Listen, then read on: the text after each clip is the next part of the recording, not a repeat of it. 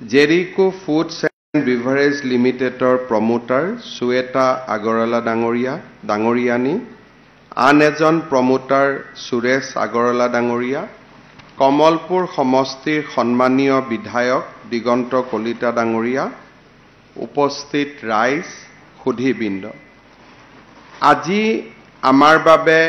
এটা অতি আনন্দৰ দিন যে ৰিলায়েন্স কনজিউমাৰ প্ৰডাক্টছ লিমিটেড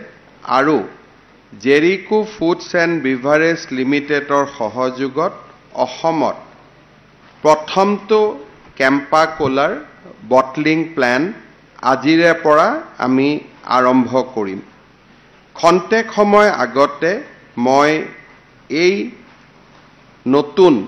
ফেক্টৰীটোৰ শুভ উদ্বোধন কৰাৰ বাবে উপস্থিত হৈছিলোঁ। উদ্বোধন কৰাৰ পিছত ফেক্টৰীটো পৰিদৰ্শন কৰিছিলোঁ আৰু মই নিশ্চিত যে এই ফেক্টৰীটোৱে অতি সুন্দৰভাৱে কেম্পা কোলা আৰু ইয়াৰ লগত জড়িত প্ৰডাক্টসমূহ উৎপাদন কৰিব আৰু লাহে লাহে ই আগবাঢ়ি যাবলৈ সক্ষম হ'ব। বৰ্তমান দুটা লাইনেৰে আৰম্ভ কৰা এই ফেক্টৰীটো খুব সোনকালে আৰু অধিক সংবৰ্ধন হ'ব বুলি মই আশা কৰিছোঁ। আমাৰ বাবে অতি আনন্দৰ কথা যে ৰিলায়েন্সৰ দৰে এটা বৃহৎ ঔদ্যোগিক প্ৰতিষ্ঠানে আজি অসমত উদ্যোগ স্থাপন কৰিবলৈ আগবাঢ়ি আহিছে। প্ৰায় 250 কোটি টকাৰ এই প্ৰকল্পটোৱে 300 ল'ৰা-ছোৱালীক প্ৰত্যক্ষভাৱে নিযুক্তি দিব আৰু পৰোক্ষভাৱে প্ৰায় 1000 লোকক কৰ্মসংস্থাপন দিবলৈ সক্ষম হ'ব। আমি সকলোৱে জানো যে আমাৰ ৰাজ্যখনত বহুদিন ধৰি আমি এটা উদ্যোগৰ বাবে প্ৰয়োজনীয় পৰিৱেশ নিৰ্মাণ কৰিব নোৱাৰা বাবে অসমৰ বহু ল'ৰা-ছোৱালীয়ে দেশৰ বিভিন্ন ৰাজ্যত গৈ কাম কৰিছিলে। আজি আমি লাহে লাহে অসমত উদ্যোগীকৰণৰ পৰিৱেশ আৰম্ভ হোৱাৰ লগে লগে অসমত বাহিৰত কাম কৰা বহু ল'ৰা-ছোৱালীয়ে অসমলৈ উভতি আহিছে বা বাহিৰলৈ যাব বিচৰা বহুত ল'ৰা-ছোৱালীয়ে এতিয়া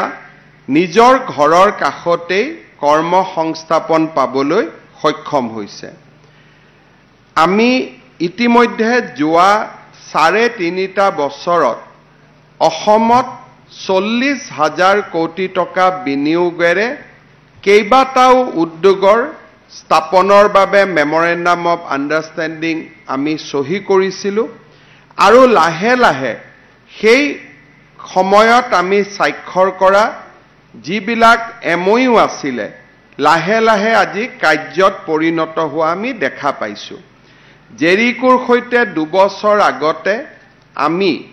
এই উদ্যোগটো স্থাপনৰ বাবে মেমৰেণ্ডাম অফ আণ্ডাৰষ্টেণ্ডিঙত স্বাক্ষৰ কৰিছিলোঁ আৰু আজি খুব কম সময়ৰ ভিতৰতে এই প্ৰতিষ্ঠানটোৱে উৎপাদনৰ পৰ্যায়লৈ আহিবলৈ সক্ষম হৈছে। এডভান্টেজ আছাম 2.0ৰ আৰম্ভণিতে আমি কেইবাটাও উদ্যোগিক প্ৰতিষ্ঠান অসমলৈ অহা আমি দেখা পাইছোঁ। টাটাৰ ছেমিকণ্ডাক্টৰৰ বিষয়ে আমি আলোচনা কৰিছোঁ। আজি আমি জেৰিকো আৰু ৰিলায়েন্সৰ ফুড প্ৰচেছিং চেণ্টাৰৰ বিষয়ে কথা পাতিছোঁ। 2 দিন আগতে ইনফোচিছৰ ডেভেলপমেণ্ট চেণ্টাৰ এটাও অসমত আৰম্ভ হৈছে আৰু এসপ্তাহ আগতে ৰুৱেল প্ৰডাক্টছ নামৰ আন এটা কোম্পানীয়েও অসমত BPO স্থাপন কৰিছে। অৰ্থাৎ যোৱা কেইটামান দিনতে মই দেখা পাইছোঁ যে অসমত উদ্যোগিক আৰু ডাঙৰ ডাঙৰ প্ৰতিষ্ঠানসমূহ আমাৰ অসমলৈ আহিবলৈ আৰম্ভ কৰিছে। আজি ইমান দিনে আমি বহু চেষ্টা কৰাৰ পিছতো অসমত BPO, IT ডেভেলপমেণ্ট চেণ্টাৰ আদি আৰম্ভ কৰিব পৰা নাছিলোঁ। সেই দিশতো আজি কাম আৰম্ভ হৈছে। আজিৰে পৰা আমাৰ ইয়াতে FMCGৰ এটা ডাঙৰ যিটো কেম্পা কোলা ব্ৰেণ্ড সেই কেম্পা কোলা ব্ৰেণ্ডৰ উৎপাদন আৰম্ভ হ'ব আৰু মই নিশ্চিত যে অহা 25 তাৰিখে যেতিয়া আমি এডভান্টেজ আসাম বা এডভান্টেজ অসম সন্মিলন আমি আৰম্ভ কৰিম অসমত 1 লাখ কোটি টকাতকৈও অধিক বিনিয়োগ অসমলৈ আহিব তাক মই নিশ্চিত আৰু সেই দিশত ইতিমধ্যে আমি কাম কৰি আছো আমাৰ এডভান্টেজ আসাম সন্মিলনত অংশ ল'বলৈ ৰিলায়েন্সৰ চেয়াৰমেন আৰু মেনেজিং ডিৰেক্টৰ মুকেশ ধীৰুভাই আম্বানী ডাঙৰীয়া আহিব টাটা সান্সৰ মেনেজিং ডিৰেক্টৰ আহিব এই ধৰণে অসমৰ আৰু অসমলৈ সেই দিনাখন ভাৰতৰ গোটেই সমূহ ঔদ্যোগিক প্ৰতিষ্ঠানৰ যাক আমি মূল ব্যক্তি বুলি কওঁ তেখেতসকল অসমলৈ আহিব আৰু মোৰ লগত প্ৰাৰম্ভিকভাৱে কথা পতা অনুসৰি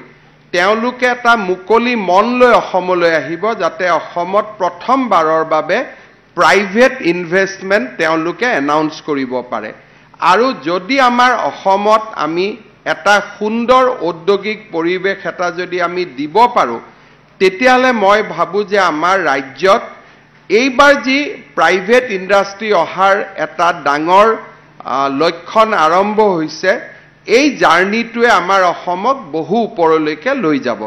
মই আশা কৰো আজি আমাৰ ইয়াত ফেক্টৰীটোত থলুৱা লৰা ছোৱালীয়ে কাম পাইছে প্ৰায় 300 লৰা ছোৱালীয়ে আজি যদি ইয়াত কাম নাপালেহেঁতেন অসমৰ বাহিৰত কৰবাত সিকিউৰিটি গাৰ্ড আদি কাম কৰিবৰ কাৰণে অসমৰ বাহিৰত যাবলগীয়া হ'লহেঁতেন কিন্তু আজি তেখেতসকলে অসমতে নিযুক্তি পাবলৈ সক্ষম হৈছে মোক কোৱা মতে ইয়াত আৰু দুটা লাইন কৰাৰ কেপাসিটি আছে যদি ভৱিষ্যতে হয় আৰু লৰা ছোৱালীয়ে নিয়োগ পাব মই সকলোকে আহ্বান কৰিম সকলোৱে যাতে কেম্পা কোলাৰ এই যেটো জাৰ্নি তাক সাপোৰ্ট কৰে আগতে আমি জানিছিলো যে কোকাক আমি যেটো কোক বুলি কওঁ বা যেটো আমি সফট ড্ৰিংকিং ওয়াটাৰ বুলি কওঁ তাতে বেসিক্যালি পেপসি আৰু আমাৰ কোকা কোলা আছিল কিন্তু ভাৰতৰ নিজৰ ব্ৰ্যান্ড আত্মনিৰ্ভৰশীল বুলি কক বা নিজৰ ব্ৰ্যান্ড বুলি কক বা আমাৰ হেৰিটেজ বুলি হক কেম্পা কোলা ৰিলায়েন্সে নিজৰ লগত লোৱাৰ পৰাই মই দেখিছো যে কেম্পা কোলাৰ বহুত আকৰ্ষণ বৃদ্ধি পাইছে আৰু কেম্পা কোলাৰ এটা ডাঙৰ পজিটিভ সাইড হৈছে যে it is half of the price of আদাৰ সফট ড্ৰিংকস যে কেম্পা কোলাই যেটো ড্ৰিংকস আমাক খুৱাই বা আমাক দিয়ে this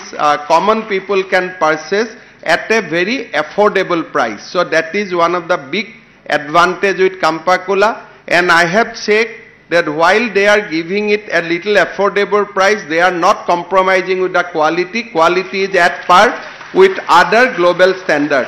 so I believe that this brand will grow from strength to strength and we will have opportunity to expand more and more so I wish all the best to Reliance Consumer Products Limited as well as to Jericho